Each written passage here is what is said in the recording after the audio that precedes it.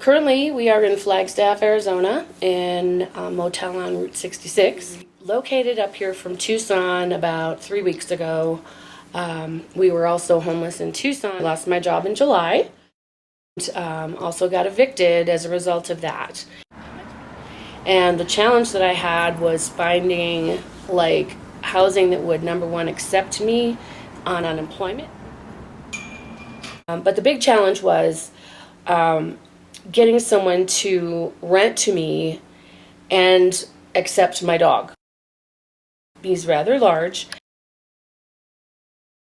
as well as our 2 family cats. Either they wanted an exorbitant amount of money for a pet deposit and pet rent, or just said absolutely no altogether. It's myself and my 16-year-old son right now. And then, of course, our dog and our cat. Getting evicted, losing your job and then getting evicted is catastrophic in the first place. And then having to figure out what to do with our pets was another trauma. Myself, I've been treated for depression and anxiety. The thought of having to get rid of my dog especially was not even an option.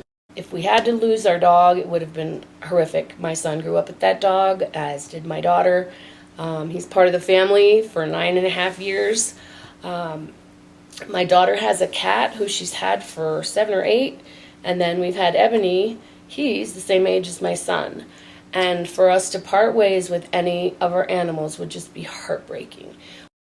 I was aiming for the motels just because of the pet situation. From the research that I did regarding shelters, there's no pets. Well, he's large, and we're upstairs, and he barks because he barks. Fortunately, in this place that we're at right now, there are about half a dozen other residents that have larger animals, so it's not bad, because once one of them barks, they all bark together. But keeping him in a small environment like this is a little challenging, and trying to get him out to exercise, that's a bit of a challenge, but he's happy because he's with his people.